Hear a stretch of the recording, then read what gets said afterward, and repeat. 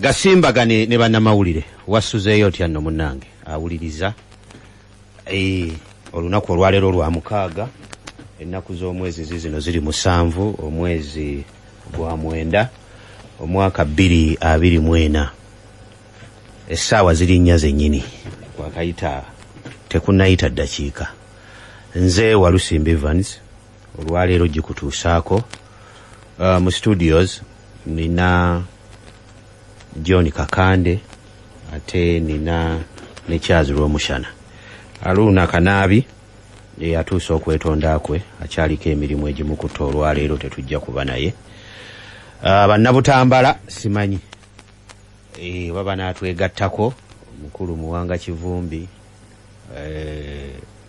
Honorable Aisha Kabanda ne tugenda maaso ensonga nkulu nyingi ezibadde mu wiiki eno njagala okusaasira buli afunye ekizibu nnaku zino ze tukubya amabega abalwaziza abafiiriddwa ate nammwe abafunye ebirungi ng'ekyo kyobadde ogoberera oba kyobadde oluubirira okifunye Mukama Katonda yeebale.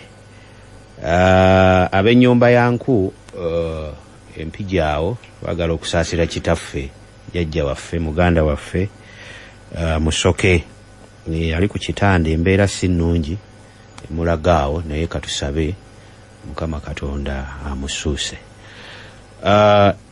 Charles lamusa kubawuliriza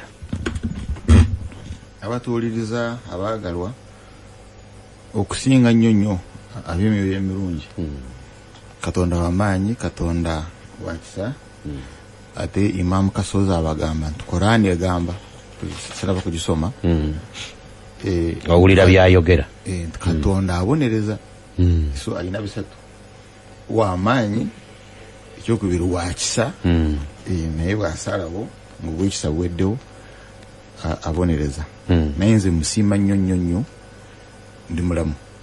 Amiina. Ndaba gye nvudde mu lweyambyumira ne ndaba ne wendi ne gye ndaga ne musiima ekyokubiri of course yanzija wala lwenshama ndi wano kakane talina kyakukikolera naye nina okubeerawo Kampala naawe n'otuuka e Kampala we wano wendi woli ne mwana we mwegatta Kampala nti munzizeeyo temusobola temulina capacity tujja kuzzaayo ng'onnyogoze ate ekizibu kimwe mugenda okunsooka nawa speech so byali musiima nnyo kuzzaayo ng'onnyogoze okuntonda ate n'atonda nga sinaba kujja ebimbeesaawo nembisanga wano nze gwange gwakulya. Amiina. John Mukama mulungi Mukama ebbanga lyonna. Amiina. Naye nawe nkusiima lwakabonero alabe ng'okakola nze nina okubuli bwemba ntandika eryo tteeka okola akabonero k'omuti k'omusaalaba anti gwe muti guli baagumuteekako bamuswaze na kale mwena abalijja muli mufukamira naye n'omuti gumwayagala okumuswazaako gulifuka akabonero lwakuba nandika kubyenga Peetero manyi Peetero yagaana ku musaalaba omukomerera nga mukama we n'abaganze mumpunzike temunsimba nga mukama wange nze mumpunzike. John lamusa kubawuliriza bw'omaliriza obbalamusaako otuwe ne bibadde mu wiiki eno. Okusookera ddala Mukama wa kisa musaasizi kubanga ffenna tugamba tuli boonoonyi naye atusaasira ne tubeerawo n'ekyo mutendereza. Amiina. Bannaffe batuwuliriza mwenna abawuliriza empologoma ey'eddembe mbeebaza kubanga mutusaamu bwesige era mmwe mutuwa emirimu kubanga singa temuwuliriza singa nze tubeerawo. Omukulu Olwomushana yava wala naye ebbanga eno ngangana neewuunya gyeyava nange gye nava simanyi gwe gye wava. Nze ndi w'Ekyaggwe wano Mukono nasomera Kyaggwe waawo nze ndi muntu w'Ebutambala nze ndi w'Ekyaggwe mu ssomero Katira UPE naye netuvaayo ssomero kyeri Nakisonga Rosias Common School. Okay. Myaka gyange 7. St. Rosias nenfuna first grade nembeera eka ne bampereza ebbaluwa ng'empita Ejinja College olina okujukiza abaliwo leero lulibo wamala okuyita ebigezo ng'olina bagiyita koolo namwali mugiyita koolo ate nga koolo bwe yajjanga ekyalo kyona kyamanya essomero lye yasomerako nze twabeereranga mu primary manyi nze nasomera wano mu bishops west naye nga ndi mu scout nga ndi mu scout era ebiseera ebyo omukulu Kalule Kagodo omugenzi mwami Magala mukyala Sekalongo walina n'omuweereza awo bamuyitanga omukulu Kagodo namukyalirako manyi yali akulira UFM kati ndoza manyi lwaki nagenda okumutwalira kati nga yakulira aba scout kati ku St. Aloysius nga we tutere nnyo okukola kampu z'aba scout kati nomina obuzibu kubanga ekisaawe kitwakubeerangamu omupiira kyaggwawo weekiri naye bannannyini kyo bakipangisa omugagga n'akiteekako fensi kakati okyamala gasaatuukirawo nja kuyitirayo okulwenabampo bahaddewo akasaawa katonotono okwiraanatumira bwemba nga abamu emulungi taliimu kale kakande nga tannaba kutuwa naye lwaki ennaku zino batono nnyo bava mu bitundu ng'ebyo ne bajja egamba amasomero gaffe awo galinga gakola bulungi masomero gaali malungi nga ga byalo owulira ga wano Kampala wano mu bibuga Masaka because you are dealing with the corrupt union. Ndowooza n'abazadde baalinanga omutima gw'amasomero g'ebitundu byabwe. Kakati ne competition bwe yajja n'enkola eno eriwo alinanga osobola kola nesanga nga bolomushana bakakande balinamu kasente ate nga akatundu n'amanya manyi business olina okuba strategic. You see, let me answer that question say in a second. System is corrupt. Chobola isomero limu very expensive. Nga yerina abasomesa abalungi abalungi meaning bebasasula obulungi ne babeerawo okusomesa ne facilities usanga lyona lyagala first grade ate lyagala buna and so you find a class nga ya bona nyanya at P7 level. So what do you expect at A level, at O level?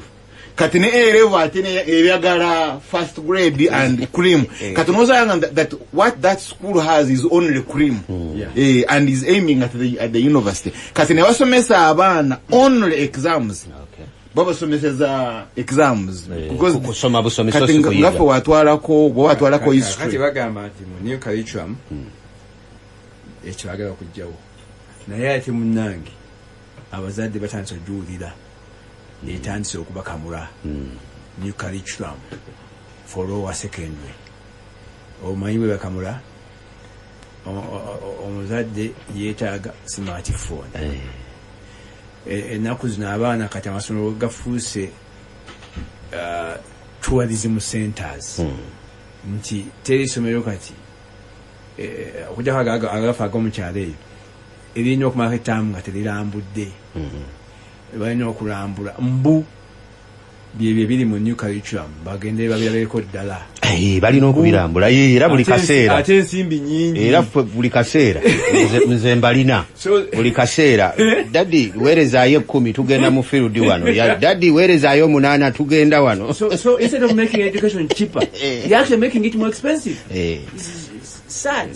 Kibaza abatumidde omanyi atandise obuvunaanyizibwa bwa jjajjaawe kibazo endowooza kati ekifundikwa kitambuliza ddala ansubire essaawa zino tali mu kusumika oluzungu alutadde wabbali kati ali mu kusumika obali magere ali magere ali mu kusumika alikyagwasumika kati ekifundikwa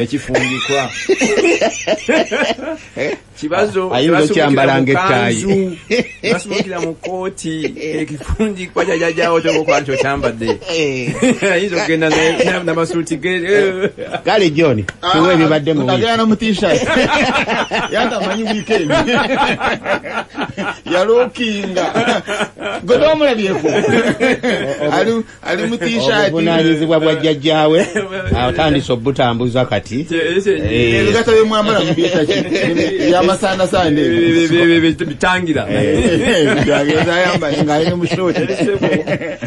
John tuwe ebibadde mu wiiki amawulire gabadde mu wiiki ndabye ng'abantu beesaasabaga olw'ekifo kye bayita ki Ndere Tulupu kiri ku Nyondo bawa Nyondo bakitadde mu katale abakulu bananyini kyo beewola ssente okuva mu UDB Uganda Development Bank kati efuuse Uganda Destruction Bank no nedda okay nedda because bali balimwa kukola kukuza ssente so the bank had developed them question eri kubo the project was not even executed kintu tekyagwa naye ekyo kiraga nnyo sebo amawulire ag'ennaku ge tufunye ye mudusi waffe Rebecca Cheptegei yafiiridde Kenya kibinnyo omuganzi we amwokeza ne petrol n'atufaako netunowozenga yawadde ga nnaku nnyo awaddeyo amawulire amalala aga Father Grimes yayatiikirira nnyo engeri yeddukanyaamu essomero lya Namasagali eryali ery'ekitumu kati nga liri mu lufumo naye yafiiridde e Bulaaya abaali abayizi be nga mulimu ne Bitatule n'abalala Bakabushenga Bakadaaga n'abalala baleka baagala kukola nteekateeka nti yalama kumuziika Namasagali naye nga yakola nnyo mu myaka gyaffe egy'ensanvu atamumanya bweti yali muyizi wati yali muzadde mu Uganda waliwo kampuni eya gavumenti gyebayita Uganda Electricity Transmission Company Limited ye nanyinga wayagana aganene agatambuza amasanyalaze bawandise nti yasasula obuwumbi 28.8 kumpi 29 ngewa abantu abeefule bananyini ttaka naye nga yantobazi ate nga ya gavumenti naye nga bafunako tayito ne bagenda mu kooti batuuka mu kooti ne badde ebbalaga nti ne begeyamu ne baga tukanye tusasule omusango gukume ng'ate awo ekizibu kiri kuki anti kati lali yaabwe yali ya gavumenti baali babubbi baali balina tayito gavumenti yabawa tayito koosi mu bujinga yabawa tayito ekyokubiri se consent judgment mu court naye nga bwe bunyazi obupya obuliwo ennaku zino omukulu Karoli omushana waita new normal sebo waliwo omwana omuto omuwala omuto w'emyaka 16 eyakubyewo ezzadde ly'abaana bana yasamaliriza ensi ng'ate kitaawe w'abaana wa myaka 17 kati nno nenkulabira embibya maama 16 taata 17 ng'ate owulire abazadde abazaana basatu abasajja bakulu badduka misinde ne beekweka naye kati mbuulira owe-17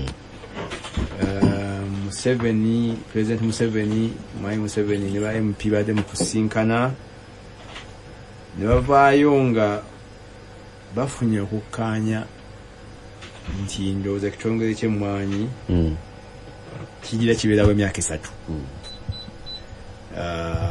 kubanga omukulu ayagala obuvunaanyizibwa obwo abuzeeyo mu Ministry ya Agriculture John situla ku ddoboozi waliwo wano abaŋŋambye eddoboozi liri wansi naye nga BMP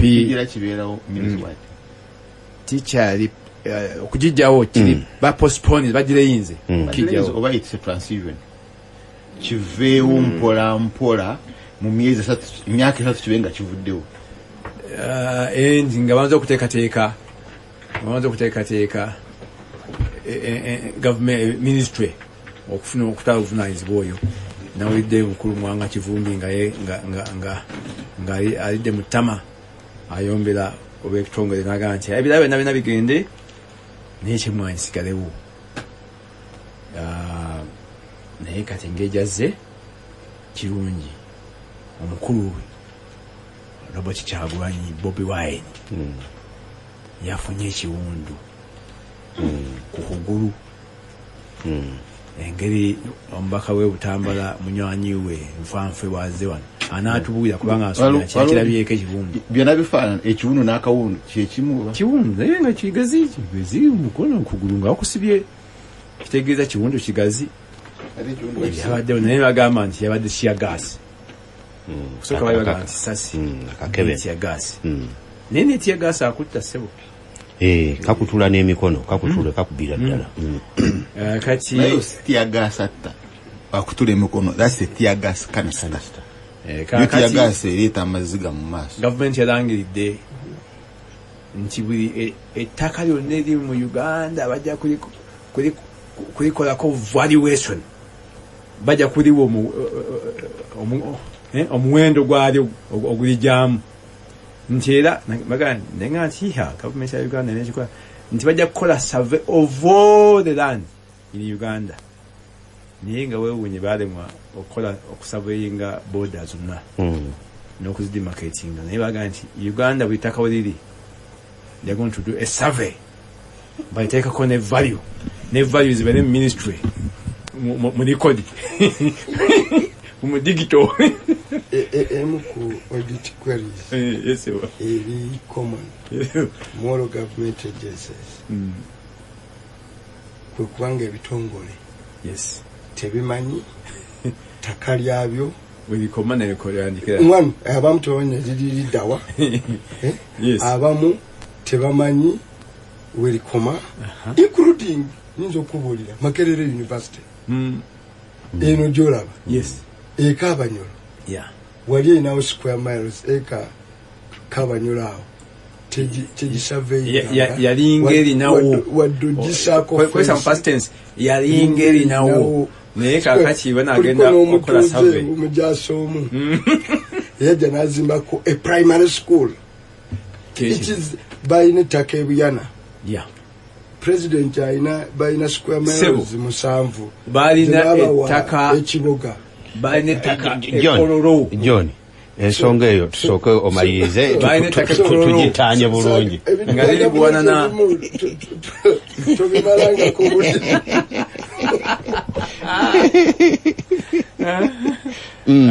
eggwanga owaddewo amawulire agafulumye nti Amerika bayisizza ekiwandiiko nga batulabula twerinde abatujju beesomye okutulumba n'olwekyo boogera nti kifo ekirimu abantu abangi weegendereze.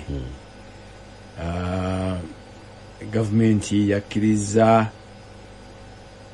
banyuma myaka 2-3 nti ebitongole byayo biwandiisa abakozi, naye nga muwandiisa abakozi ng'ensimbi weeziri kitegeeza nti mu bajeti zammwe ziseka okubaamu otherwise bwebanga teziriimu ssente temuwandiika. Naye ate ng'ennaku ezo baafulumya ekiwandiiko nti ndowooza abakozi gavumenti abakozi ebifo ebikalu 3,000 kati no simanyi babanakwaki n'abalimi b'emmwanyi n'abasuubuzi bali mu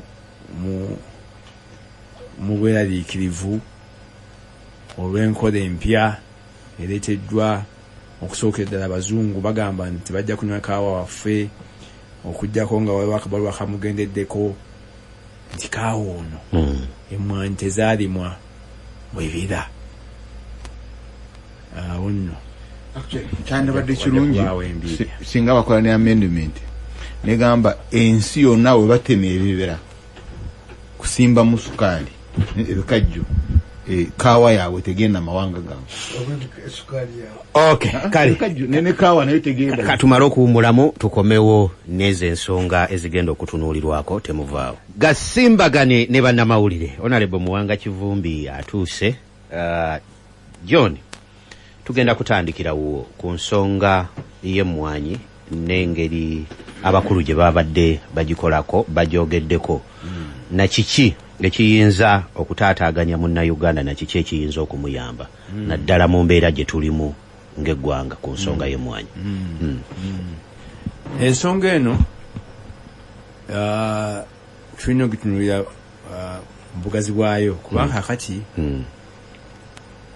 abantu basinga tebatunuulidde ne banaffe mu gavumenti baga nti bazungu bahaddewo condition zino naye etteeka limwanyi teryayita resolution ya European Parliament twaliyisa dda mu terms zezimu nzijukira we twaliwandiikako mu ntandikwa ddala mukulu nga Sempija emisawo culture lyatuleetera obuzibu kubanga bwe twawandiika nga weewaawo kirabikanga ekiri voluntary naye nga ekigambo registration kiri compulsory, then the question is whatever registered check naddirira nga kitegeeza tajja kutunda.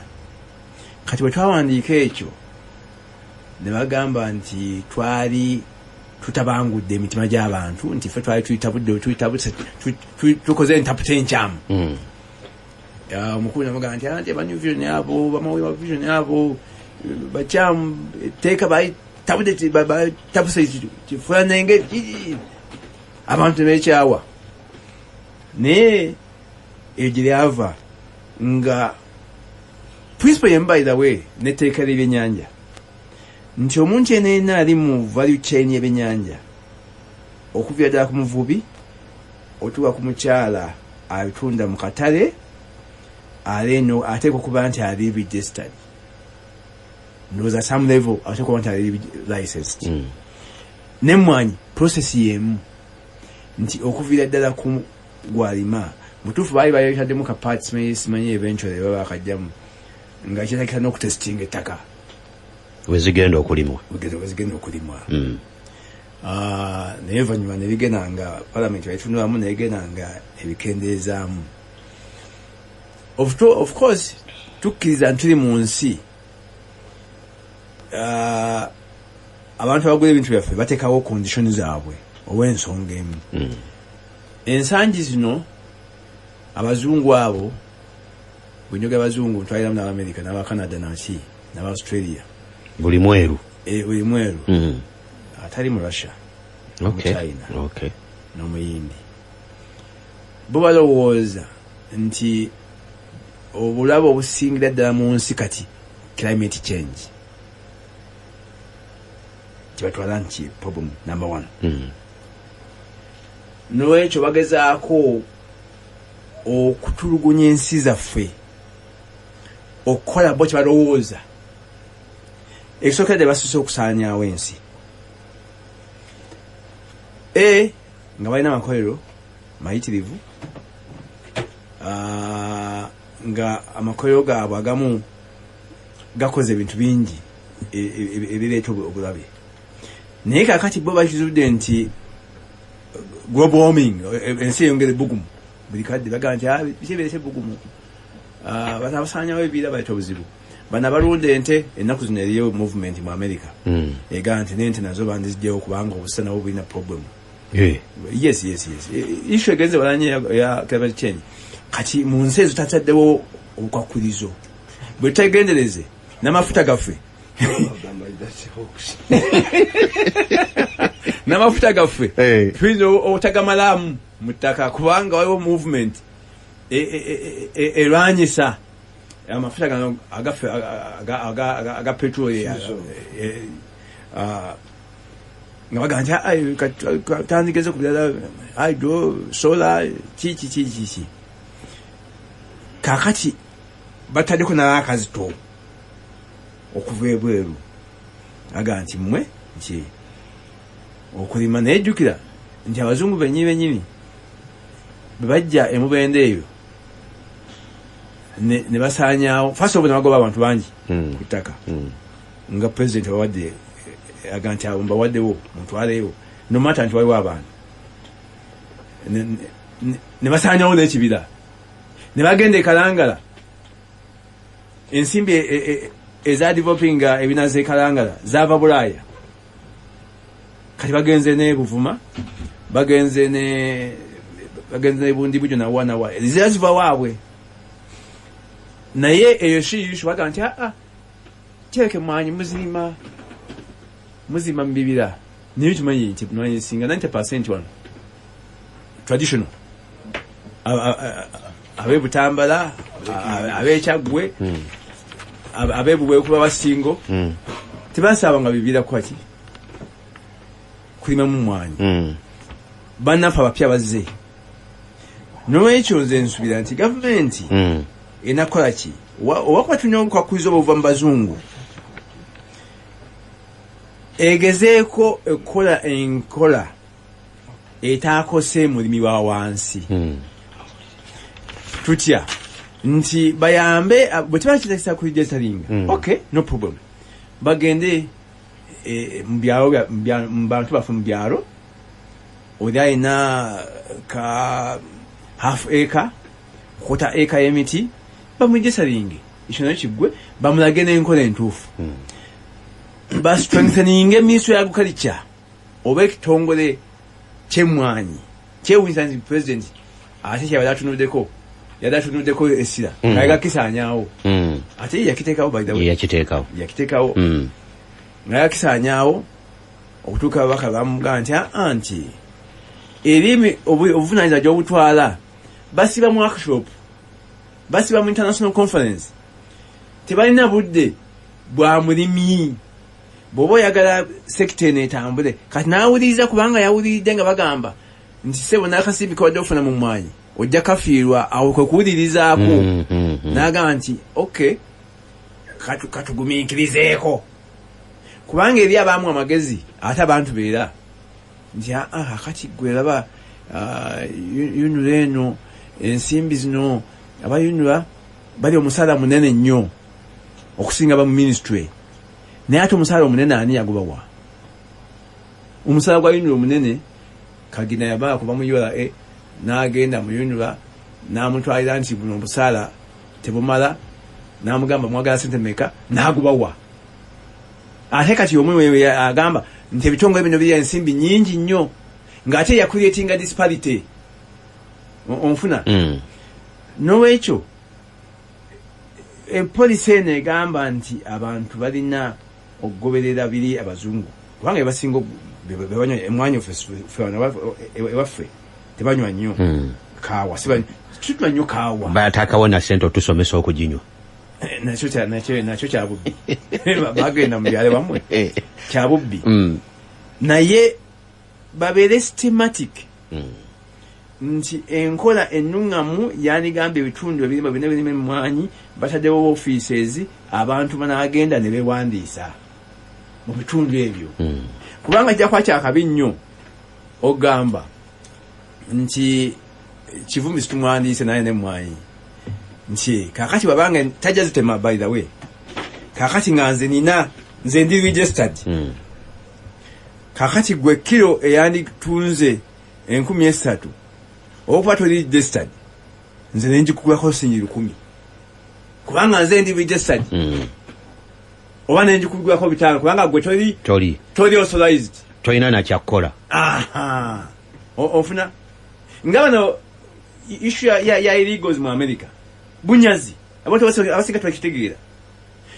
omukozi ali illegal mu America ali underpaid bali abantu baagala ba illegal kubanga bali cheap they are cheaper to employ kubafabu kuki atolina right tojja ku fighting for your rights kubanga toli illegal na wano tusobola okufuna embeera ng'abantu abali registered bamuswaba nga emmwanyi bazirima nga baziba amaaso n'olima naga nti ate obufaayo ki nti bwana azirima tasobola kugenda mu authorized dealer kumuguza ajja ziguza omuntu asobola n'okufuna olukusa n'atalima na kulima yes nabanga ye of course kijja kwa illegal kubanga oteekwa kuba nti olinawo naye bya Uganda nga bwe mmanyi anything can happen. Okay, gasimbagane ne bannamawulire ngenda wakyazi naye amawulire ge twakafuna agatali malungi omubaka omukyala owa Kisoro mu parliament ate era nga abadde minister wa state for defense and veteran affairs mu ministry ya defense omukyala Sara Mateke amawulire ge twakafuna afudde naye okusinziira kuba ennyumba ye omukyalo ono afudde ekirwadde ky'omutima. Ebisingawo tujja kubanga tubibatuusaako mu mawulire gaffe. Kitalo nnyo, kitalo ddala. Charles, twagala okutunuulira embeera y'ekirime eky'emmwanyi n'ebigenda mu maaso ku nsonga eno eri munnayuganda. Bw'otunula kati essaawa zino mbadde mpitako mu bitundu by'e Luweero eyo n'ewaffe Ekyaggwe nga nange mwendi buli wamu nina mukwano gwange mubendaawo buli wembeera musajja musomesa nnyo buli wembeera ku radio wano nga ngamba Evans noonyaayo ettaka era yampaliriza okulinoonyeza ddala emmwanyi tusimbe. Bw'otunuulira abantu emmwanyi batandise okusimba naye kati bino we bijja Bukomansimbi yonna Butambala emmwanyi waliwo enayita ku luguudo olwo oludda Ekyotera ng'ensozi zonna ekimuli kikutte naye kaakati embeera eno gy'oyogerako eri eno tetumanyi bwenekka mu bantu abo wansi kutegeera ekirime kyabwe engeri gye balina okkikwatamu. Charles, kakati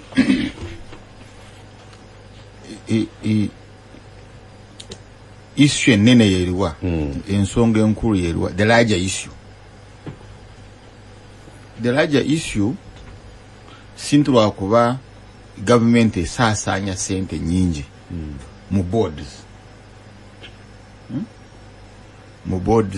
mu councils mu authorities.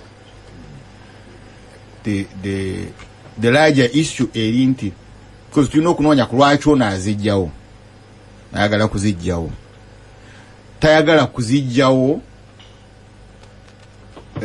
ayagala kuzijjawo lwa ssente nti asaasanya ssente nyingi. In other words yakakitegeera nti zitwala ssente nyingi yagenda okuzireeta nga atakimanyi zigenda kutwala ssente. No, you see that's a childish lie. Ekyaleeta so you know kunoonya ku lwaki bazireeta. Which example can I give esobola okukula obulungi? Kakati nga Rukaya, is it town council? It's a board. Rukaya town council. Naye nga bw'ovuga ng'ogenda lya Antoni waliwo obutawo naawo Mbirizi ojja kusanga bakayita town board, right? Nga ekikafuga engeri gye beefugira mu board bwe kagaziwako ne kabeeraho kanene nga kabeera town council. Then weegaziwako nnyo nebeera municipal council. Municipal council now meaning abantu mujja kwefuga mwenga abantu, you are the population, mujja kwefuga. Government omukono gwayo gugenda gukola ki? Gugenda guvaamu. So ekyaleetesa authorities, councils, actually and efuga Bank of Uganda bagiyita ki? It's a board. Bank of Uganda is a board. It's a board, yes. Efuga Makerere is a council. I think a governor is chairman. No, it's a board. Composition is a different issue. Now, Efuga Parliament is a commission. Actually, but then there will be a commission. Twin own commissioners. So you have authorities, you have councils, you have boards, and then you have commissioners. Now, kulwachi weziri olw'ensonga nti abakireeta, because some of the authorities, some of the commissioners ziri constitutional. Some of the, like Human Rights Commission is constitutional. Kati tukireeta musiye nga twagala kujja obuyinza ku president ne government, obuyinza obwa implementation of policy.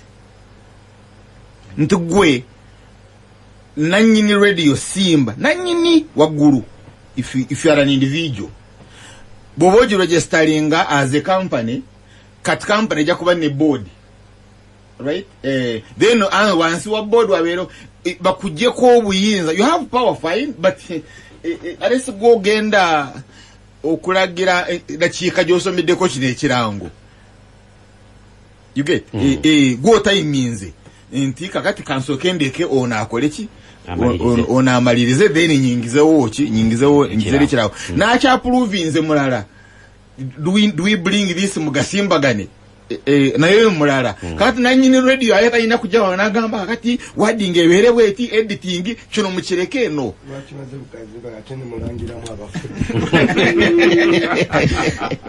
you get but radio ye barayinzo okuwa police da police eberawo nti wagwawo ekintu kyonna musoka ne muyimiriza kino ne kiyitawo yes izo kwa so kati ne tuga mulimo gwa government and by government we mean it defined mu constitution there shall be a cabinet. A cabinet na yet defined composed of the president, the vice president, in other words the vice president blah blah blah ungabi yongedeko. In other words toso bara kubana cabinet nga ya president yeka. Yeah.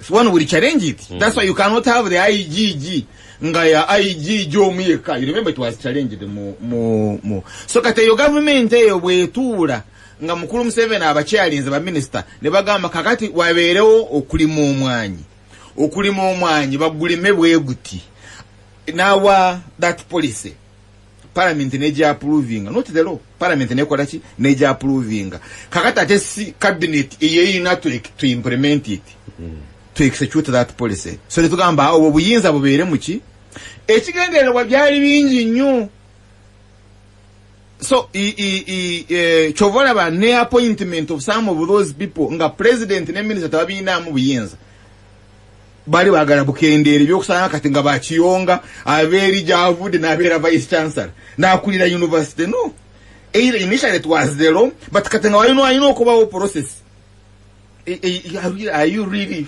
fit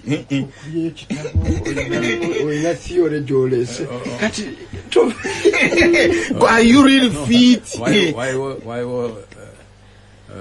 lecturer yagude mutabu ensonga ezo kwaki nti bakakensa aba professor ate abafuga banamba Rujega no let Dan Kidega banamba Rujega bafuga professor Makerere so therefore policy yali for devolution speaker West Africa parliament bisanja bibadde no kati ono muyiza ntya kati gwe genda obere chairman wa university council Makerere so you know the chairperson because the last time I tracked there was a lady. No, now that shows you Ntolana you're losing some interest. Chairman wa University Council is done today. Akulira abawe emirimu Makerere University appointments Karugiri. Chairman wa council is done today. Tugende maso. So the principle yali devolution of power and authority. Into the Minister of Finance ku issues the Bank of Uganda waliwo wokoma. You get? In other words, the Minister of Finance ngatalina kuyimirire nanga galo banka ya Kigundu. Bank of Uganda you know okutunira because ina supervision ye inache nega no banka tesobola kukola ki tesobola kubeera therefore egalwe nga minister ne wowe yagala elemu okugalwa nga toyagala bagigale nga yo banka ekola ki nga banka that's how it was designed. So kati nga Minister of Finance si ayina okujayo n'agamba your income tax kati zo izetukubanja mitwala ana no bibya URA ne board yabyo I think Yeronda commission Yeronda so chaba ku district councils chicho nechigenda ku zino authorities nga Kampala that the minister of local government bino bya Kampala minister for Kampala bya kajakati but nga minister of local government bidande sali alenga si ayina okulagira mayor ne division what officers bichibya mino okukola mukawempe muki. That was the principle. So question erinti kulwaki bano bayagala baddeyo babizeeyo. You get? That's now the issue. One, yayagala ebikwate by nga atwala yababe brothers sisters abakuba bakwe n'abemikwano ekyo nakyo sitine kikola ki nekigaana okugenda okulagira ojjukira ono omukyalo ono yalagira one of these guys in investment authority naye nga muzzeeyo sente nga asigenda kuzizaayo uwa muwulire ono musajja ona sigenda kuzizaayo ffe twasalawo ne twewa in other words you should have gwe minister olina okuba ne limit kati ono baagala bawezidize so question eri nti bagoba ki wagoba ki nga tonaba kutunuulira guno omwanyi faama n'omwanyi ono abazaaki okwagala okuzza UCDA nti minister agriculture yaba agikulira directly abazaaki because minister tafuga by nga wakufuga wano because wano kiro kirango kikyo teekayo nijibuvide tumanyi I'm very sure ntonoyo omukyala tomanyi nga bwafaanana tomanyi na wuwe ate I'm very sure sigoga sasi ne wano ku mukutu gwa gundi mbadde mazo kifuna ogatoye mukeje mukutu giyo gwa mawulire naye mukutu nayo sigijo batengeza okulaga nti oli bakikuleetedde okkiriza n'oteekayo kivude mu good source because you must be having a system now kakati minister sibwafuga mu system ene yabaddewo afuga by instruments they are called statutory instruments kate ezimu zijja mu parliament for approval endala ziyinza obutakola ki ziyinza obutajja kino reason yali abuse okujawo abuse na kakati olese etteeka nga teeka lino liwo obuyinza UCDA kumwanyi direct control naye nga direct control kumwanyi tewalireeta kuyamba mulimi walireeta kujawo omulimi gw'otayagala ekyo kimu walireeta to control omulimi politically because the law is about politics so oyagamba nti togula mwanyi tofuna nsigo z'omwanyi kwoyo atayina license agenda okugaba license is UCDA so ekiri so bwegana okuwa license assuming now in the entire Buganda UCDA tewade licenses what happens to nagamba bobasanga ngo omwanyi ogugira bwoti nga myaka 18 myaka I think so above 10 years emisango in other words they have even made it criminal magistrates what so what are the consequences olibo omutwala you get kati ngatona kutunulira ekyo lineteeka nga Buganda president ya wa instrument nagamba obuyinza bwange bwonna ku byamaje nga president mbiwadde CDF atunulira okumpi bana batunulira ku bigere ne baloza babuwadde mbadde but kwekyo teyachuwa myaka 3 kino kyabawadde kino myaka 3 mbadde togenda kulwawo muhozera kuka hare agenda mu trade omanyira ya musubuzi we muhozo oliwa yanguwa obuyinza bwentadde wali nabuwani kakati owadde obuyinza bungi nnyo kumwanyo wadde UCDA all of a sudden oyagala kubuwa minister question eri minister ani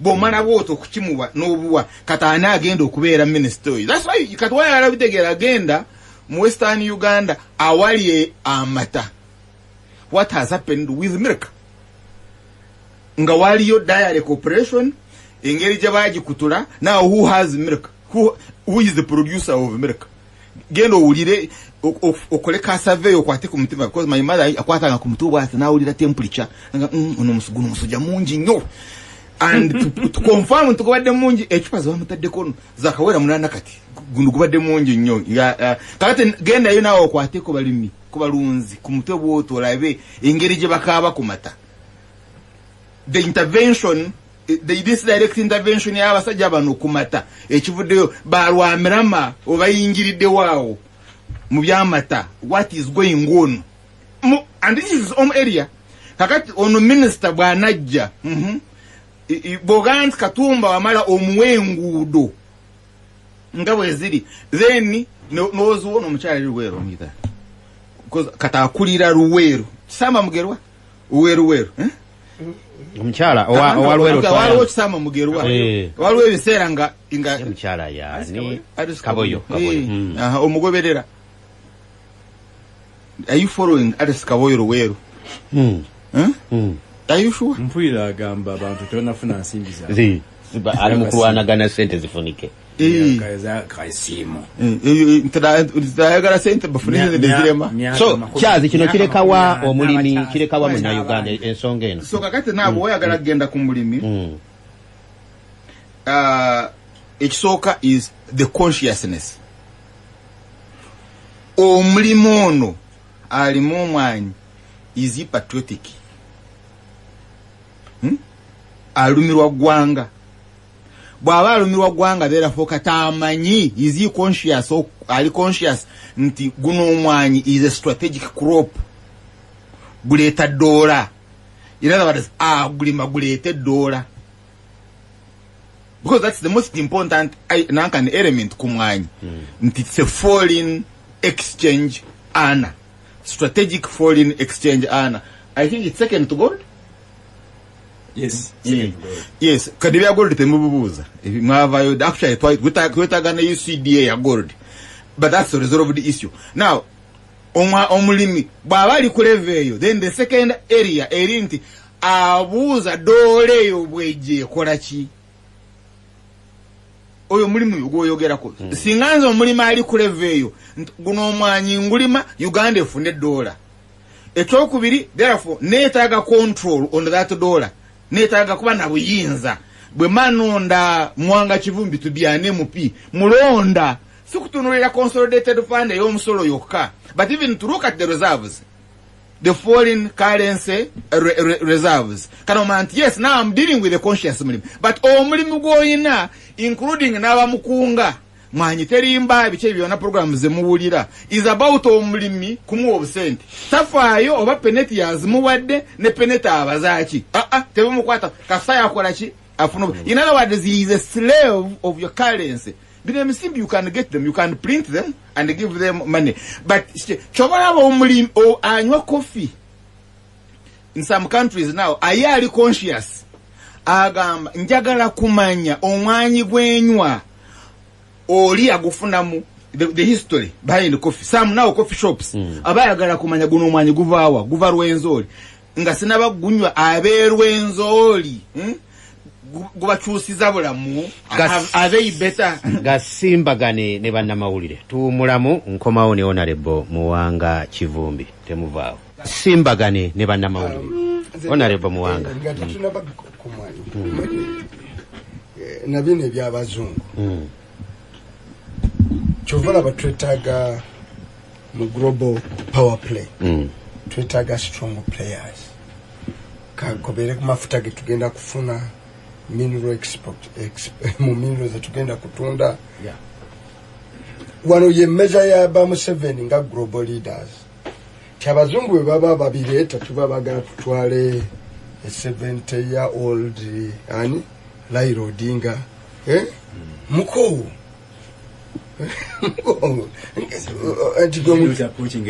musajja agenda mukinana mwagala be chairman wa sagala kulumba myaka no how innovative is Raila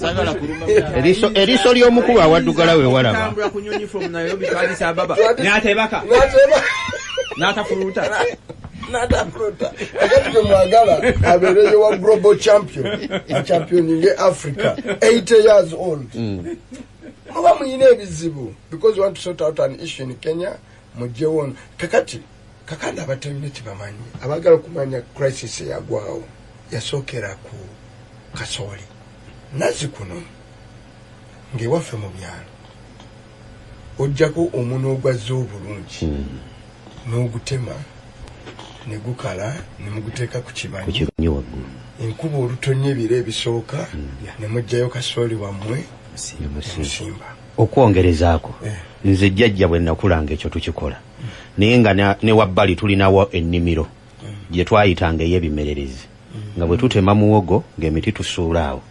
amalagala nga nago tutemaatema obukatakata nga nabwo tusimbawo ng'akalimiro weekali kiseera bwe kyatuukanga ekyokusiiba muwogo ng'aga mugende wali mu kalimiro k'ebimererezi ye we yayitanga mulondemu emiti emikulukulu tugende tusimbe eyo nayo yali ntegeka ya nsigo naye kati essaawa zino kibazo yampeereza omuyembe ne mugamba muyembe guno bw'ompaako ku nsigo nansekerera ngenda okuddayo we nga gukola bukozi kisiikirize tegukyabala nga gwabala omulundi ogwo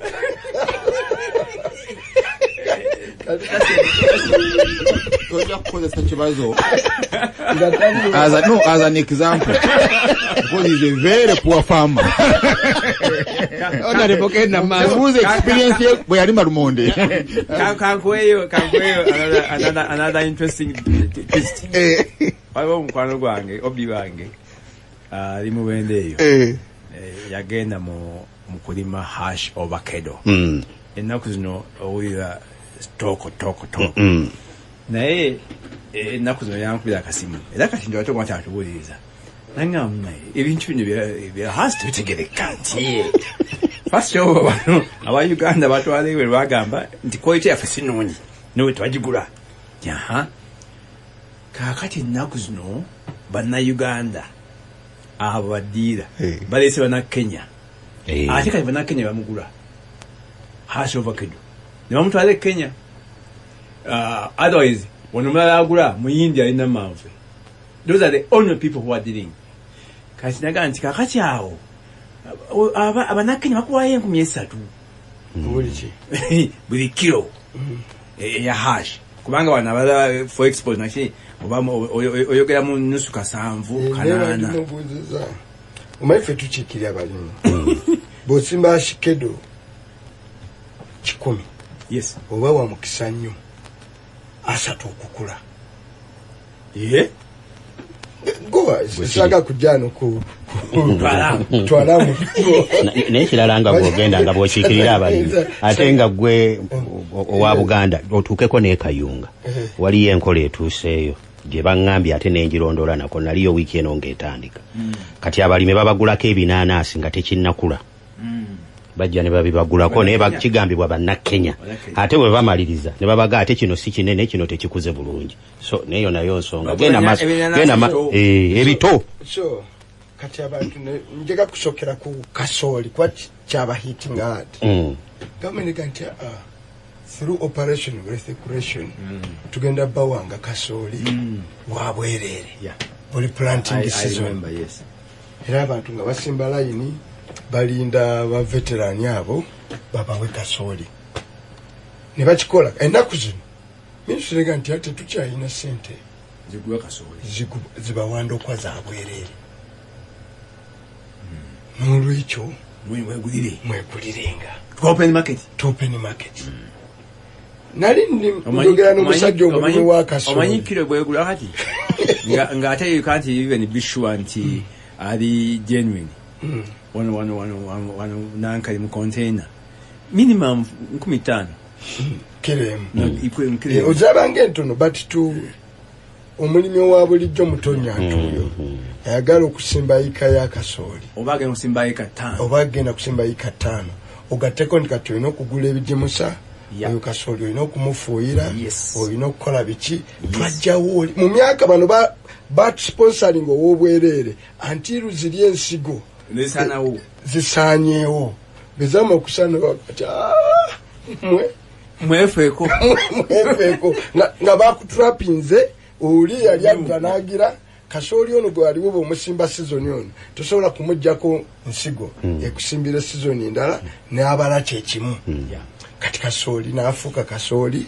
abantu buli sizoni lwetuuka balina okuddayo bagule ensigo bagule ebiki ekyo nekiggwa kati emwanyi era twagenda okulaba nga export ya kasooli waliwo agifunyeko monopole emabega kawo nga bagaa nti wadde omutwale Kenya wano muyite mu bano bokka okutunda kaki kasooli kati emwanyi ettaka lino lijja ku background ya bintu bibiri tujja ku background nti twawulirako peneti ng'agamba yajja okufuna monopole egule emwanyi mu Uganda eza grade etamanyibwa yiza azitwale bizirifikawo Screen 8. Nga yayi omuye koyo. Buba wadde omwanya omusinga obulungi. Omwanya ogusinga obulungi. Mukwano gwange webutambala Ramadan go binatekako muki? Omukono n'abalala. Nti oyo yekka. Era Museveni wagagaga ababuuza penalty mubuuze nze penalty. Oyo Ramadan go bavaawa. Butambala. Ramadan go bavaawa. Aba Butambala.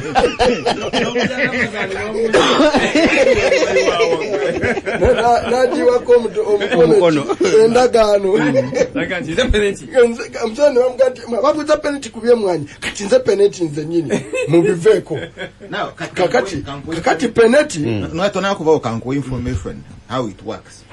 Bobo omwanyi gwe mwanga kivumbi screen tuogeddeko nga tona bagutwala ngokugina wano nga tona kugutwala Bungereza to your client uyina okusoka n'ofuna license. So siganto ofuna license nobeera ng'otwala n'okugenda okutwala ogwo uyina okufuna ki license. Naye kufuna license oyina okulaga ani gwogenda okugutunda. Tu oyina okudeclaringa. No, that's the law. That's how UCD operates. Oyina okudeclaringa bagenda kuwa siringisi meka buli kilo. Oli client ku that screen. Then because bagenda kucharginga 2% of the value of that coffee, of the value of that contract. Kakati peneta agamba guno nja gutwala. Tu that means agenda kutwala ne client wo. 3 ya salawe bei. Toja kumugamba nti oli Rwomshana abadde agenda kumpa $10 zera kumpa 10 aganze nkuwa $6. But the client nkola ki? Now if UCDA does not give you a license to gutwala. Now kat ono chogamba odize minister. Atwale that authority. Same fight yaliwo ku mafuta. Nga bakoze teeka nga bagamba nti Petroleum Authority yene wanga license. Ani atwala enkaluwe yali a license ewerebwe professional body. President aganta musobola mutokole teeka nze ne munzija nanyini mafuta amafuta gange ne muganzijamu waliwo ka group wali kekajja okugaba license noyo gogamba nti mumwadde obuyinza ya mulonda neno yaganti temusobola teeka kuyita Gasirimu nga sirimu nanyini mafuta omufuta gwange nagamba omufuta gwange nga mukoze teeka genezuulira kakande yanagawanga license ani anagagasima. One day nga ndi kunyonyi with some young man today nayo olusi bino tufuna mukisa okutulambe kanamani my dad mukwano gwa Museveni aina license is a Nigerian bamwa license ya mafuta eyo But you see, what was racist? Because the proposal you take, many by you go to MPs from NRM. Proposal you take, my baga, but you authority.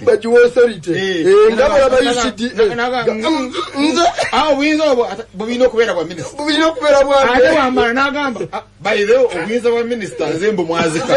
I got to be on my foot and then they Moleka Mani Mwanga. Abayiza ganja mene mwateka ukambijewo. Nabo kambujewo mwateka.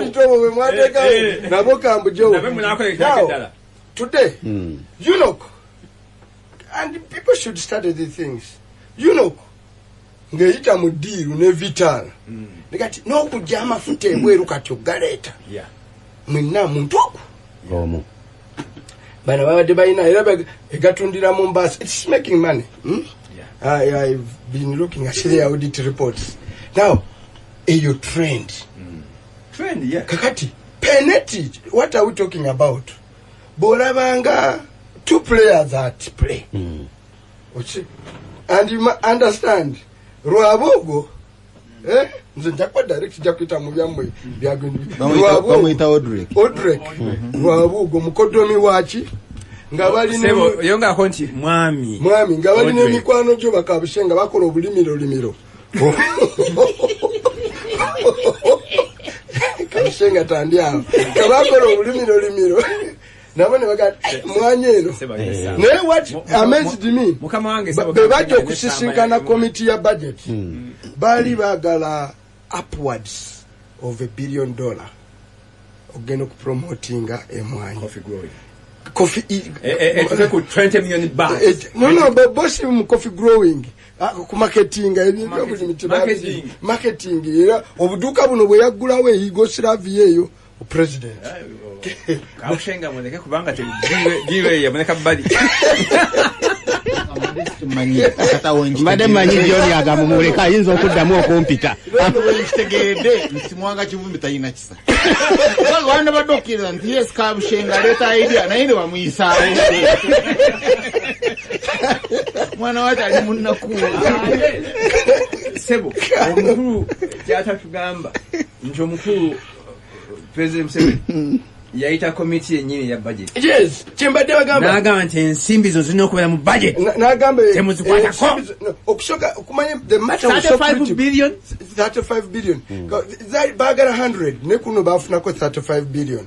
Rwabogo. Kati bakafuna finance ya. No. They wanted a lot of money, $100 million. $100 million, yes. So ne bafunako bakafuna to promote emwanyi. To market. Era nga bataddewo kibodao.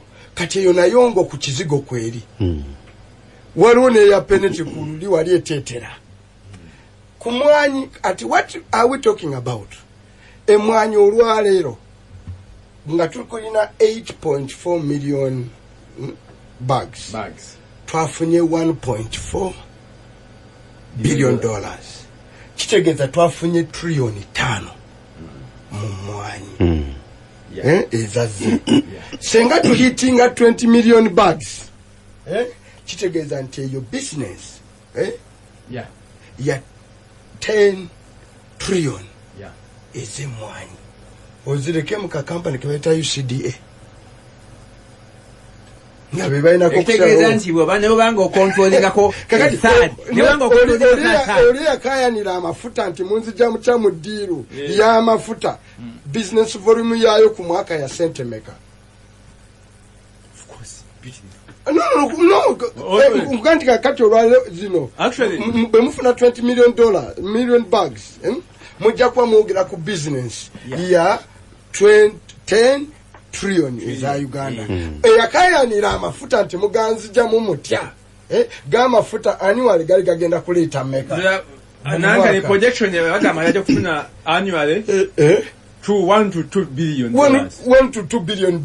Yes. Ekitegeeza potentially coffee is a bigger business. Coffee is a bigger business than amafuta. Yes. Ndio mulamu. Kati bayakayanira amafuta. Babaganda baga nti olaba embwa egabo wachi owekiwempe kanala owediba anayita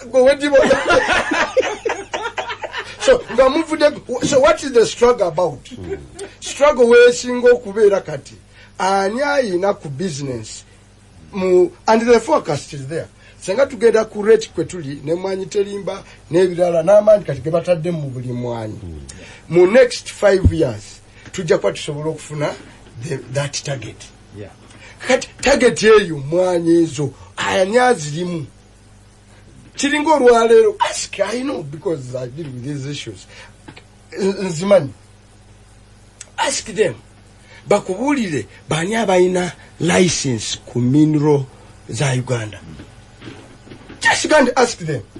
Ani ayina gwe bawadde license concessions mining rights kati ogenda ntuka ekitundu nga kino ekyamwe kyekayunga ng'olupembe omwe Kampala eno yekaya ayina license y'okumayinga kino honorable olese ekibuuzo ekyo nange nina ekintu ku mutima ebintu bino birabikanga ebirina n'okujja mu kakande we yayogeredde n'agamba nti omuntu atali licensed ajja kufuuka bw'otunula emabega bw'obuuza ekibuuzo ekyo waliwo business bannayuganda nsubiranga ne bannabutambala nga nayo bagirimu nnyo njagala kubuuza ani ali emabega wa business y'amaliba geno babuuze kubanga amaliba amaliba begajja bwegatyo amaliba bwegatyo bwegajja bananyiri radio zino nina byenfulireyo tebali mu vanira abala tebali mu gundi mu nkoko wait kankubulese mu business y'amaliba abaganda bangi ekintu kyemwanyi nga bwe mukyogera mu myaka gya 5 mu myaka gy'enkaaga kati okusanga omuntu wano mu Central Region ng'ali mu ddiba an ordinary person ng'agiri mu business y'amaliba bwe bagamba nti omufuka kamazi owone ofa batamufunye okujjako ogakuŋŋaanyiza mu baagiro gye business kyebaliko kabinzi kebaliko kugakuŋŋaanya muki mu baagiro beyond that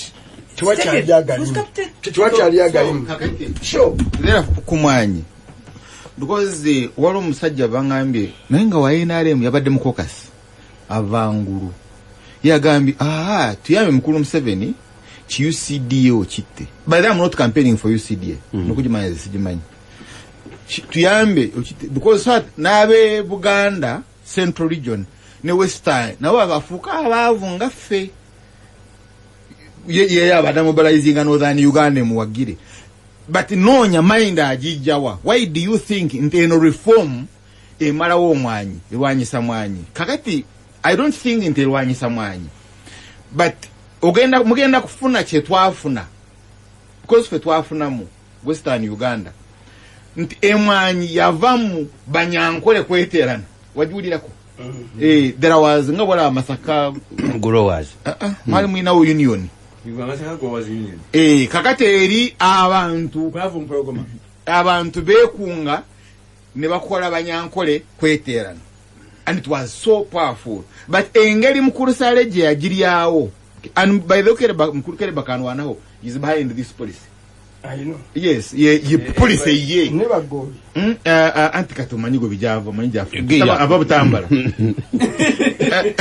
tuwategedde tomayinte nono yagenda yo muvanira yes so bakutwala abanyankole kweterana the last time I met Brigadier Kamwesiga namusanga mu mwanyi in the bags of coffee ngali mu store so you can't tell abanyankole kweterana yakomawa yagwao nga parking ansauza no yali mu mwanyawo because mkulukere bakanwana was managing abanyankole kweterana direct na ajiriyawo and tosobana kufuna takalyayo ingeri jiryakola ki kati amwafuniramu jiryabulawo now you are now having a transformation emwanyi eyabanyankole kweterana yonna eri ntungamu but under onalwane kabushenga gwabadayomba naye yakola support plan gojo kulyogera nyizinya sija kulyogera magamanya ogage so so you see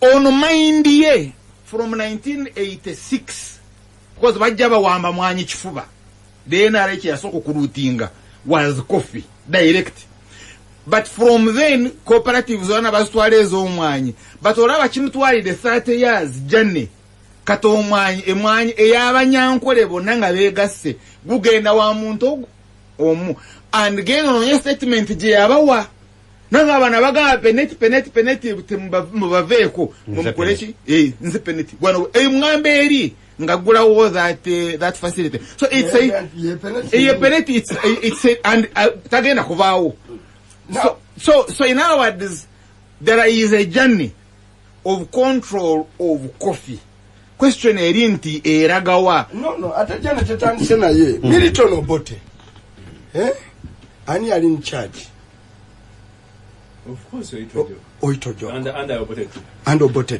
na at least no finance state agency you see what was better tegagala kugamba state agency you see a controlling a coffee kugamba yes when you look at coffee in the hands of buyinza mbuga mu Uganda nebe yali Obote yayagala a controlling the coffee no me with the point I want to make to the control of coffee is synonymous with holding power mu Uganda abayina obuyinza tasobola kuleka coffee in the hands of abantu batalina buki buyinza. Now, we are talking about a business. I think enjawulo yes. Nti bateka ebintu in the state control. You see my point. Oh no, I take ebintu in the individuals. Yes. He has chosen. He has chosen. But the point they wanted you to understand, see this framework, that whoever abadde in obuyinza a struggling nnyo okulaba ng'emmwanyi at all times azinako control.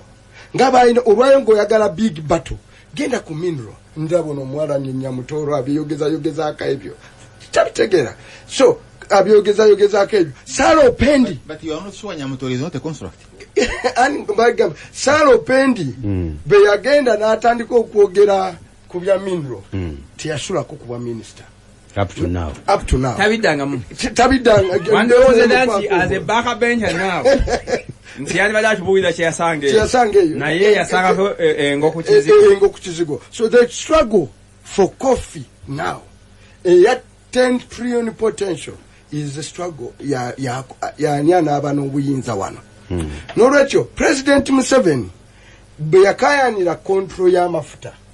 Bwayagala control yachi yemwanyi mu UCDA jebadde nga bwe yagano buyinza obukubeera muki mu coffee mu oil authority ayagala abuze wani ewa minister segeza abwedize ng'omuki omuja. Question is abutwalawa aina penet wali aina omukodomi wali era kumanya byali critical betutuka mu budget sente ezaali ezalwabogwe zaali zijidde mu normal budget zali transferred in an exact amount of money on a classified account.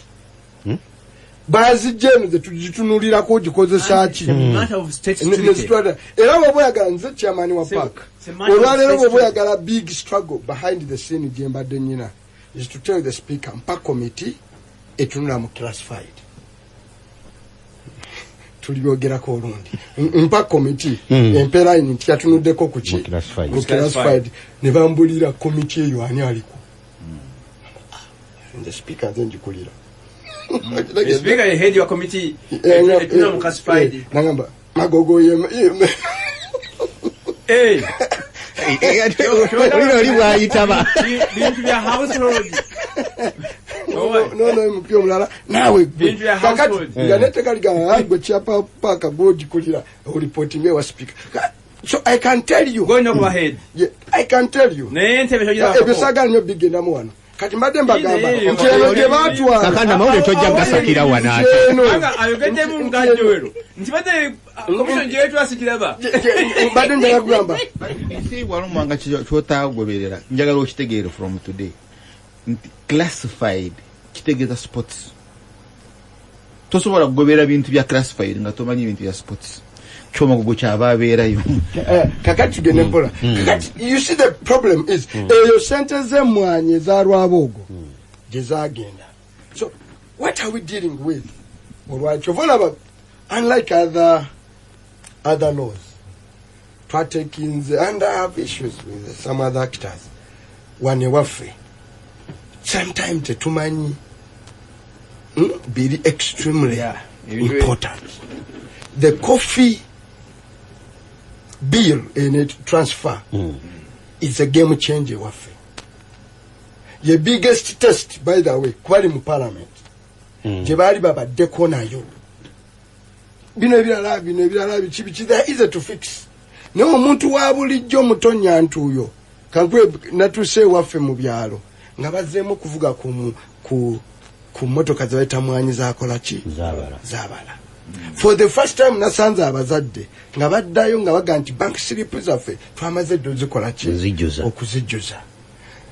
Nasanze abantu mu byalo nga bazimba ku nyumba ey'ebbaati nga bloka za cement nyinza mpa kutwalako now kakati problem kankuzeeye mabega kansoka nkuzeeye mabega abazungu abantu bafuuse cautious on what they feed on.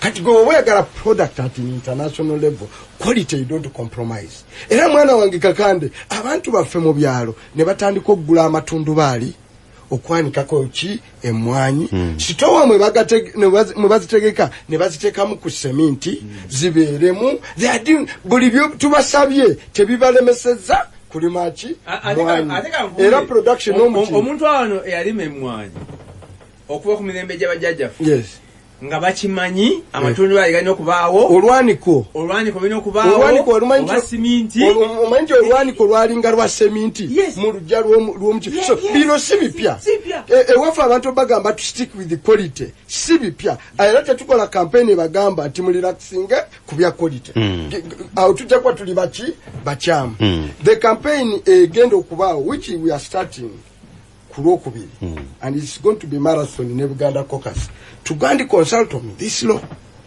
across Buganda yonna tutandikira Butambala nagambye lwaki tutandikidde Butambala nanyi ne mufugo okwata awawunye katukitandikire eyo tutandikira Butambala kulwokubiri tuveyo tugende Mityana kulwokusatu tugende Luweero tugende don't worry okwebuuza kwantu kubiirwa eno because no tugenda because for the first time nkubuulidde nti wabaawo etteeka eri affecting abantu baffe direct lyerino tetugenda kuliisa mu kyova na kino dirimu gye mwayise kubanga kano kazito kanene nnyo kumpi ku buli mubaka wa parliament kazito kanene nalino mwe mwayise compromise ey'emyaka 3 no omuwala bw'osasula omutwalo noga nti tuli tukuza obufumbo mu December oba omututte kati tolina gwogenda kubuzaabuza na myaka emeka 3 the thing is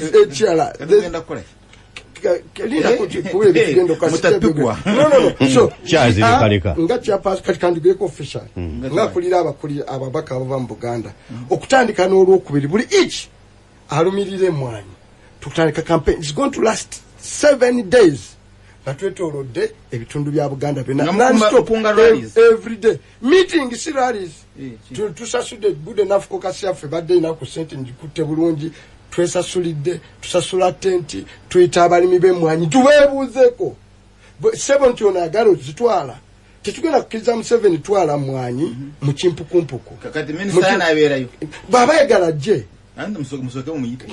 ali invited bw'aba yagala jje anyonyola abantu ku tteeka lino so tetugenda kukkiriza kokasi yatudde naye tulabye tuulako for the first time ababaka bavuga nti babalimba bali 139 mu parliament bebaba bokkanga baganira abantu babeegattako abalima emmwanyi linetteeka Museveni ye biggest battle eya generation yaffe kugambye okutaasa abalimi abalima ekintu kirimu 10 trillion tosobola kugenda kukitwala eri wa peneti ffe tukuwerekere nga tukuwuliriza kyova yasisinkanye obukiiko jona asisinkana caucus tubiwulidde ebyavudde mu caucus so we have listened deal ate tteeka terigamba tteeka ligamba tosobola kuyisa tteeka in anticipation mwe mwabikola mu CA tosobola so ffe position eyaffe eri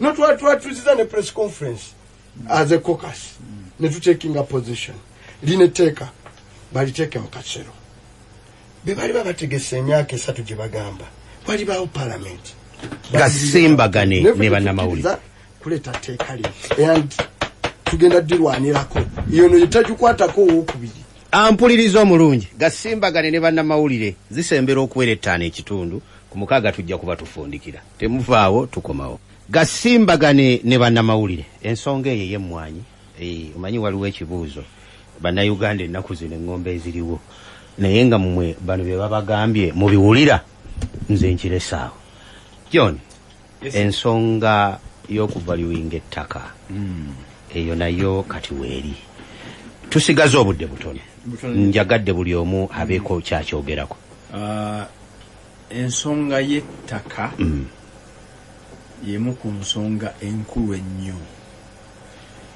mu nsi yaffe era buli kadde olaba enkaayana eziriwo mu ttaka nnene ekyebuuzibwa nti lwaki mu kaseera kano bade bagaya nti mulimu ensimbi zisimibwa za World Bank oba European Union nti bawadde sente bakole omulimu ogwo. Lwaki tosooka n'onyonyola ensi kiki ekitegeeza bagenda kukola ki? Okusinza ku story gye nafunye kubanga byabadde mu mawulire nga bagamba nti bwolekera abantu bakola speculation beeyetaka n'ebinnya nnyo nti bano ba speculator be badrivinze beeyetaka okulinnya n'olwekyo gavumenti kebeere n'omuwendo gwegamba nti ettaka ly'egindi nga bwe tumanyi eka yandibadde egula miliyoni emu so nga ku open market oyinza ogisanga ku miliyoni nga 5. So kati bwegamba nti ettaka Mubende kilomita from town eka miliyoni emu, yes, gwe n'ogitunda miliyoni 5 bakusiba kakati bwebange first of all government bwebange egenda okutwala ettaka lyo ekozesa its own value tojja kuinsistinga in their ndoza mind yaabwe tojja kuinsistinga nti sebo first of all mbadde siritunda gw'olyagala naye bw'oba olyagala ojja kunsasula so much aga nti tulina government erina centralized system ewa value across. That's how it looks like. Situza kumanya kyekiri mabega waakyo kati tugezaako naye nti government webanga ebitongole byayo bwetudde as of now tenda bakubisitualinga amasomero amalwaliro n'ebitongole bingi even national parks tuwe abantu bwe bakaaba ate state house yes nti ettaka yonna eriri at this stage eyandibadde under public control, government control lirinagalaale lwaki yandibadde investinga mu kino nti tukole survey ku ttaka lya maama w'omushana erw'enshama babe nga bamanyi value yaalyo. Kitegeeza gavumenti naye kyekola nga terinamu kyegenderera, teyinza kuwestinga so much money. For your information, Rwenshama eri mu national park. Kwanza nakulira mu national park ngensolo. But information je nyina olw'amafuta ate waliwo yafuna land title ya national park nga si government kutakeri John naye nga issue enkulu tulina okutegeera nga tukubaganya ebyo ku mwanyi nti ettaka naddala wano abantu baffe mu region eno abantu balina okuba n'amaaso amoji kubanga obugagga bwabwe n'okubaawo kwabwe n'obuwangwa bwabwe taka buli ku ttaka.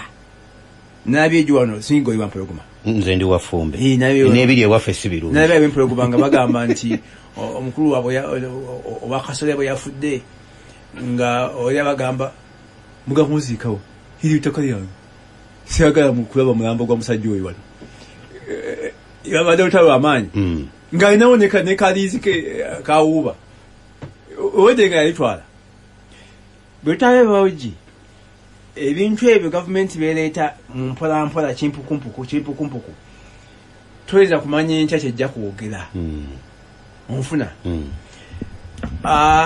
nga tebanajja kukola projekiti eyo balina okunyonyola ensi, balina okugenda mu palamenti kubanga ati bali eno projekiti nanga ne executive egikolako mpolampola era yayogedde mu ngeri yakusaagasaaga onfuna ebintu by'ettaka si byakusaagasaaga. Bagende mu palamenti bagale tutuleete enkola olw'ensonga eno neeno baga nti anaakulirako amenvu alya bwasusa n'olwekyo kubanga omuntu waffe yenna waali ajja fuuka emmomboze singa kontono bwanannyini ku ttaka bunaaba muggiddwako ate momboze agifuuke mu mateeka ate momboze atuuke mu mateeka n'olwekyo abantu balina okuba abeegendereza ate n'okulonda balonda abantu ab'ensa abalimu omulamwa kubanga okutandika okulonda abatalina mulamwa ne batuuka eyo ne babaza ebbali ne babawaayo bukofi kino mukiyise kubanga kijja nankani vision byala kugambye mulonde abantu baffe ab'ensa abamanyi ensonga gasimbagane ne bannamawulire Charles ensonga eno kiki ekisooka ekya mulonde abantu bamwe ab'ensa abamanyi ki abamanyi ensonga no baleke batambulire ku kkubo lye batambulirako because bajja kuyigira mu kufa naye waali abalabudde okulabula nako si kubi you see wano singa obadde obagamba last year nti entuumo ya kasasiro etta gwakijjawa kakati yabasse bati kiweeyo emyaka 5 bagamba bannange bw'okola entuumo ya kasasiro etta waliwo gwe yali esse yataba ekiteezaagwa bijjawa wano we mutu muli so baleke let them continue on that trajectory gw'olikomawo okwegayira afa mikafe abala baliyiga nti kino kitta kakati my campaign theme mu kalulu ka CA 94 yali nti gavumenti mukulu Museveni aluubira kuteekawo omusolo ku ttaka generator 2 kati nze nga ndaga population bwe guli balema what happens and lwali lutalo lw'amaanyi bate ekirungi kiri nti kyali mu draft constitution kakati njagala kwebuuza ng'odoki yeetoolola no, it was not idle land. It was, please, I'm saying ikyali mu draft constitution government imposed taxation on land katinga mukulu odoki bwabanga yali yeetoolola population ki eyamuwa memorandum eteeka omusolo ku ttaka. That was 1994. By bwe tugenda mu CA omukulu n'atuwa n'atulagira tuyise nti government bw'eba eyagala ttaka for an investor, for a private investor, eriwamba ekifuba. Bw'olifuna ebiseera ndi kuwa story engeri gye twakyeremesa. Just twakyeremesa on a technicality. And indeed after CA n'ayomba naga ebintu bibiri okukyusa erinnya ly'amagye nekyo si kizibu nnyo naye okutampa buyinza to grab land for a private interest. Twamukkiriza to grab land but in the public interest. Now kakati bw'agamba nti njagala ettaka erya Bugangali sub-county ne Bwambala sub-county eka value yayo million. You are right. Nekibeera ekiwandiiko nga kiri official. Awo kimuwa enkizo Uganda Revenue Authority okuli assessing because now there is a value. Bwogoba olowooza nti baagala kumapinga ttaka baliwe value ku lw'abaguzi. It can also come on taxation called what we call capital gains tax. Gwe wano ligula million. Olitunze waligula million. Olitunze mwanga kivumbi million 5. That means you've made the capital gains tax. Capital gains of 4 million. 4 million. Yes, so you pay tax on capital gains. On the 4. On the 4. Ngabo bagira wano taro ibintu by'abataro bijuke by'amafuta ebyo maybe awo nyizo okututunula taro but the most important element is ayagala to impose tax on land. Now go gamba and indeed the policy is there kati go gamba nti ettaka eritali used so go gamba kati ekijja kiba kikola ki. How can you say a graveyard is a use? just dead bodies resting. So if he says, okay, if Bamba guarantee these bodies ziberawo, ngaziriko ne cement, then pay for them. You pay for them. So in other words, Jemulaga, but nze ngandaba ekikulu tanonya revenue. Ekikulu anonya tobana taka nga tosaanyide kuba nalyo. It's not that ntu obene taka olikozesa eki. Because bagala kutuwa ku stage where they will determine kyogenda okukola. Nga kyogenda okukola go toyina capacity kukikola. Or nebo bango ina capacity, by capacity I mean knowledge. If like they say, and I think they are beginning to be right. Jetulaga, because tosobola kulima nanasi ezigende Japani nga nanasi mu obunene bwayo esinga fridge. Because ere bizibu byayo bayina amasanyalaze, bizibu bya amasanyalaze. So abayane bu fridge butono. Kati fridge butono ayina okuteka mu ebintu bingi. Kati gonoga omutwalire kinanasi nga kijjula fridge. So there has to be a certain size. Katolina capacity. I think abagala a specific number of naga mweno wano mvewo. And taxation can be used to chase you away. Which is a good policy. So chowala mbasabera nyo wano mbuganda. Mugene maso nga mulonda abajega. Dramatists. Because they came in Mfeofe, I've seen it. And they are dying in big numbers. More especially HIV. We talked and okay, fine, but now they are dying, and they are dying in big numbers. Hopefully, their great grandchildren, Baliberane says, you need that train, because really, everywhere is kasasuro. So what do you want? Die, then.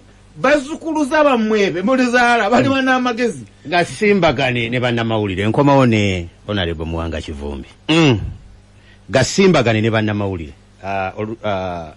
engule ya Lubogola Simba olunaku olw'enkyetongozebwa ku Bulemeezi Secondary School wali Evumba kuyingira gujja kuba omutwalo gumu ku balaza engule etandike 2:24 enkye emiryango gigulwawo essaawa 4 ekibuuzo ekisooka kijja kubanga kibuuzibwa ku ssaawa 8 eddakiika nsigaza 9 za Honorable Muwanga Kivumbi. Leero ndoza twogedde ku mirimu emirungi etugiwa justice nsobola okuddayo ekanga omanyi kati olusobola olina ennyimba n'otagenda n'abantu kakati ekibuuzo eky'ettaka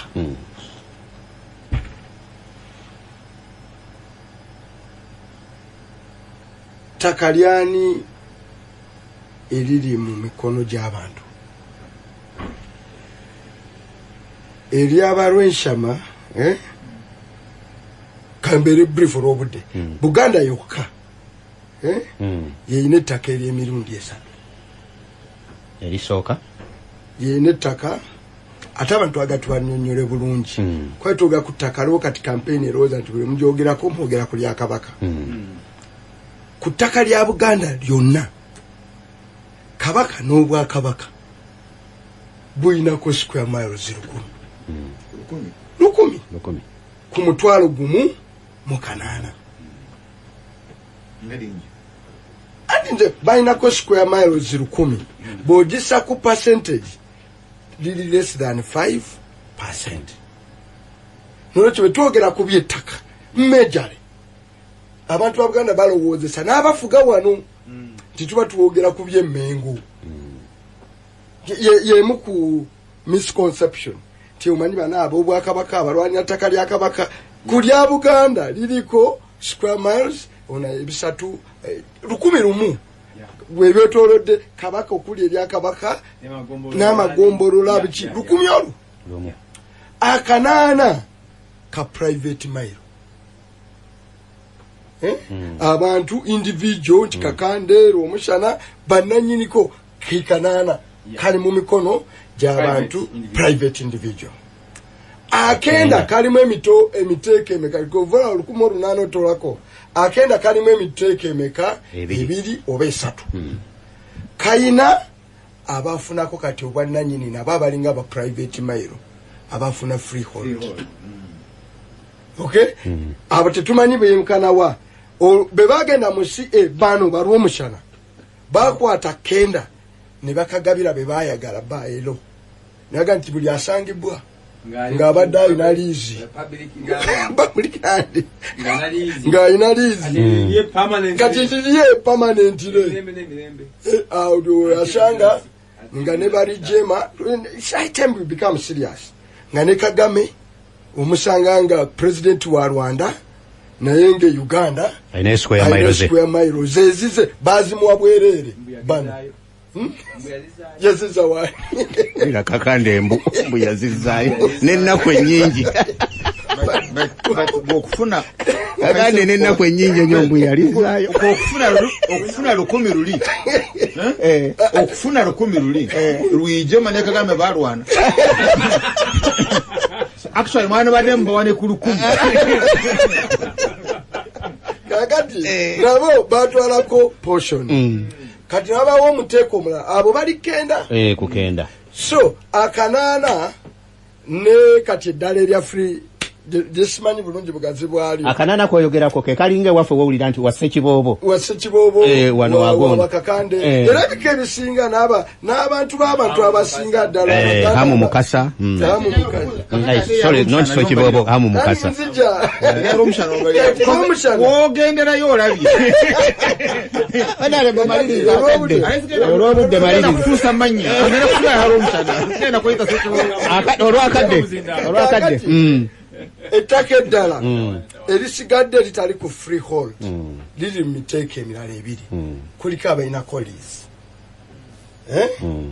kuliko abalina erisigadde nga lya gavumenti bibira ntobazi biki n'olwekyo bano abaagala okupima ettaka baagala kupima liriwa baagala kupima no kakandi amanyi ekyapa kye kakanda amanyi bulungi ekyapa kye kwenkana tomufunye si kupima kufuna size baagala ga ebeeyi price mwanga yalina baliyayo so much erya mwanga ndimanyi miliyoni emu somali bakadde kakati kyova waliwo abazungu abaze kuno ba Germany mu GIZ yiwange eyo nkwataganye nabo nga bagamba atwaga kupima tutegereze gwe maire yekomawa nowe kibanja akola ki akomawa ne ku form eyo erimu obutwa ekyo kusoka form eyo eriko obutwa jojjuza it is an application for tenants and grant of consent bakyusize mulwe waffe butambala form eyo oba tonagirabako bw'oba osaba kati buto osaba bakupimire baga nti wandika application ng'osaba ofune certificate ey'ekibanja stroke grant of consent oba okukkiriza nti olina ekibanja ate nga semateeka egamba nti we bona fide occupant woli kati nanyini ttaka nanyini ttaka ayina okutwala application eyo agitwale mu land verification committee ne record ya ministry ekuwe certificate nanyini ttaka yagisindikayo ereno nosigwe ereno wansi aliko newaganira nawa n'ensonga lwaki aganye application rejected nempa n'ensonga lwaki njikoze eki yajjako nga simanyi abadde tamba busuulu kakati fomu eyo yazze mu bino ebyokupima question gy'olina okuddako nti over time bebaani kati abalina mailolandi za Buganda abasobodde ozigula ku busajja obukadde obuli mu byalo ng'ojje ku bino era babipayiroti nze yewaffe biri omusajja alina square mile nasanze omusajja ewange ng'alina square mile y'ettaka ddamba mugombolola eri musijja mwogera linnya nga naye ng'omusajja alina ekyapa kya square mile takyaweza yiika 10 ng'aliinako ekibanja n'ettaka wasobola okulimira wasigadde batuuze naye nga ikemu yagenze ku miliyoni 4 mu ggombolola eryo tegeeza ono omuzeeyi atudde ku 24 billion shilling naye musajja mwavu muzibu omugezigezi is the potential rich omugezigezi ajja amugamba nze ngenda kuwaayo biliyoni 4 muzeeyi zimbe ku mmotoka ogule ku mmotoka n'ennyumba ze ngenda ojja okuzimbira ogende ogule n'awalala ogende n'ogule walala abantu bonna baatwalawo ekyapa kimpe diru nungi ku musajja atakyalina value kuyika ku square mile agina mulinya kakati nga omusajja bano kyebakola bebamala nga bajja n'obutongole obwo nga bupima nga bategeeza kakando inayika 3 nti ye tugenda kutwalako mu kitundu tukuwe ekyapa tutwalemu ekitundu kitwalemu oli omuguzi yagambye nti yayagalako half zeyika nga 3 baziteekamu emiliyoni 4 abayina 1.2 big question is nti half acre gye bakulekedde mu kyalo ng'oyina abaana 10 n'abakyala 2 osobola ogibeerako n'ogirimirako gasimbagane ogenda gitunda n'olundirako naye ogenda gitunda ogende ojje mu siraamu kyatuyamba bw'otatuuka ku stage eyo otunda eri eka wano n'ogula mayiro musiibe bulungi